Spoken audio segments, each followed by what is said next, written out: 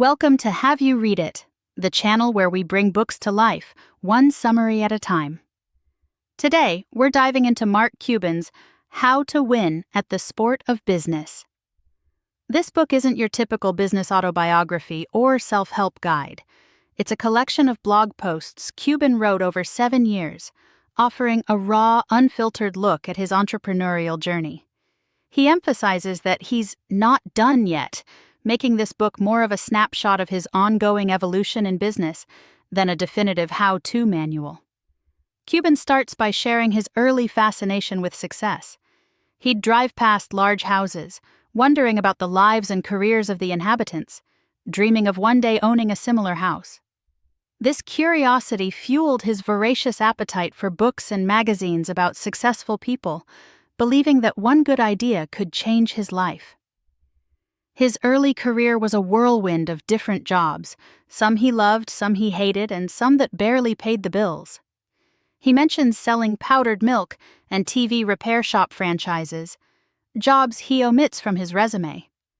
Cuban's perspective on these experiences was that he was getting paid to learn, gathering valuable insights into how businesses and managers operate, regardless of whether he enjoyed the work or not. Cuban's overriding goal was to own his own business. Despite a mix of confidence and doubt, he hoped his confidence would ultimately prevail. This desire led him to take a job at Mellon Bank after graduating from Indiana University, even though banking wasn't his dream field.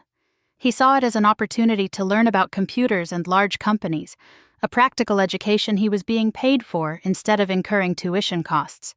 He lasted 9 months. A similarly short-lived job at Tronix 2000, a company attempting to franchise the TV repair industry, followed.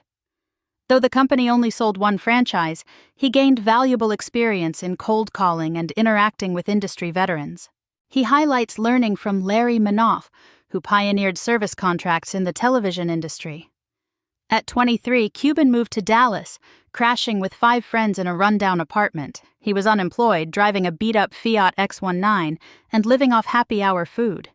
Despite his financial struggles and growing weight, he emphasizes having a blast in the vibrant city. He made a list of dream jobs but lacked the qualifications for any of them. Necessity led him to bartending and eventually to a job selling PC software at Your Business Software, Dallas's first software retail store. He admits to being scared because he had no prior experience with IBM PCs. Resourcefully, he devoured software manuals every night, gaining a knowledge advantage over customers who rarely read them. Within 6 months, Cuban was building a clientele, offering consulting services and earning extra income. He was finally making enough money to afford a better living situation. A pivotal moment occurred when Cuban prioritized closing a deal over opening the store, leading to his dismissal. This spurred him to start his own company, Micro Solutions. His initial business strategy involved leveraging his existing contacts and offering money-back guarantees to secure his first clients. He partnered with Martin Woodall, who provided technical expertise and office space, creating a symbiotic business relationship.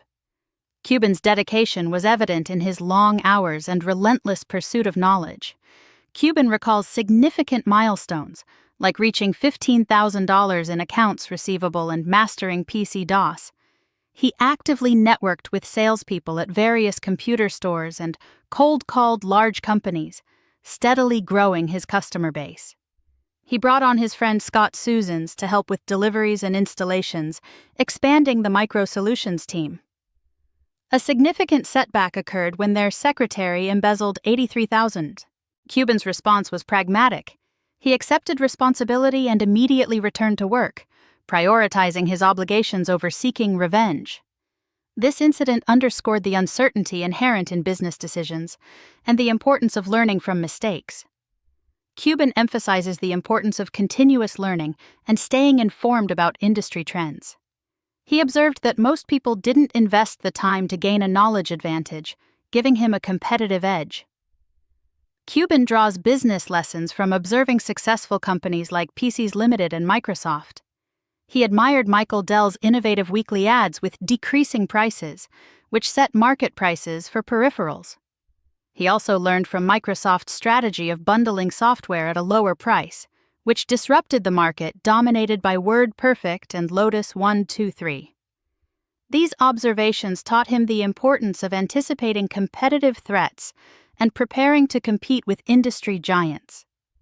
Cuban likens business to a sport, a constant competition requiring relentless effort and a drive to gain an edge.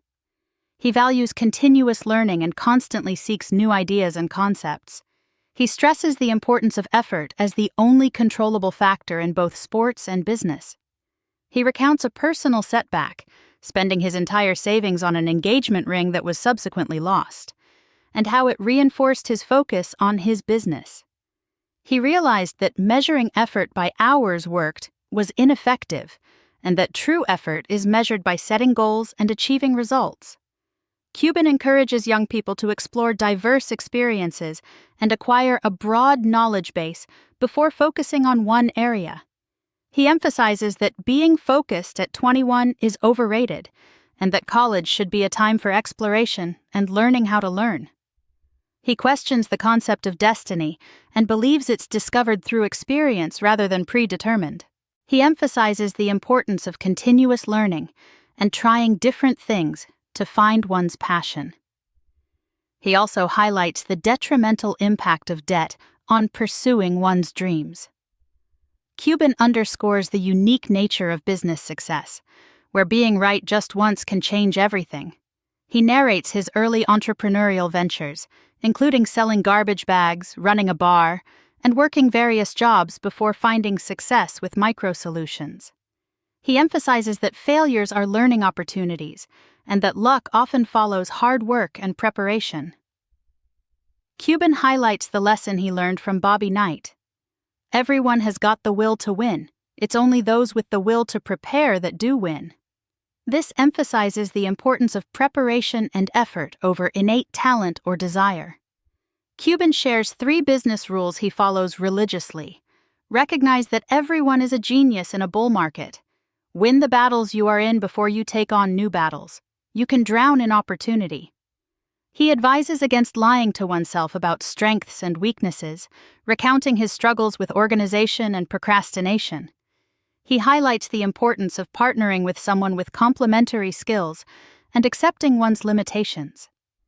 Cuban emphasizes sweat equity as the best startup capital, advocating for starting small and growing organically. He cautions against seeking external funding early on, as it shifts control to investors and can jeopardize the entrepreneur's vision. Cuban's decision-making process involves asking himself whether he would regret doing or not doing something when he's 90. This emphasizes prioritizing experiences and fun over solely pursuing money or external validation. He stresses the importance of connecting with customers and putting oneself in their shoes. He criticizes CEOs who isolate themselves from customer feedback and highlights the power of direct communication in the internet age. Cuban reframes whining as a catalyst for change, viewing it as a necessary step to identify problems and take initiative. He sees it as a positive trait, contrasting it with passive acceptance of unsatisfactory situations. He explains the path of least resistance concept, where people tend to make choices that require the least effort. He uses examples from his businesses, Broadcast.com, HD Net Films, and Amazon.com, to illustrate how understanding this principle can inform product development and marketing strategies. Cuban advises against majoring in sports marketing, advocating for a broad-based business education instead. He stresses the importance of sales skills and how they can open doors to any industry, including sports. He encourages a proactive approach to sales, emphasizing the importance of moving on from rejections and focusing on finding qualified prospects. He discourages aggressive persistence with uninterested customers, viewing it as a sign of desperation and laziness. Cuban offers advice for navigating tough economic times. Accept living like a student to reduce expenses and open up more opportunities. Take lots of chances and try different things to discover your passion. Figure out if you are in the right job. Be the best in the world at it. Start the day with a positive attitude. Cuban cautions against blindly following customer feedback, citing a company that lost its competitive edge by solely focusing on customer requests instead of innovating. He emphasizes the entrepreneur's role in inventing the future and staying ahead of the competition.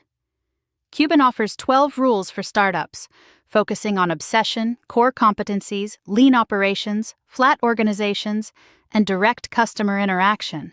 He shares 12 mantras for success, including valuing time over money, practicing kindness, taking calculated risks, working and playing hard, overcoming fear, expecting the unexpected, embracing passion, bouncing back from setbacks, controlling one's destiny, prioritizing action over dreaming, avoiding greed, and remembering that you only have to be right once. Thanks for watching. Make sure to give this video a thumbs up and hit that subscribe button so you never miss our next book dive.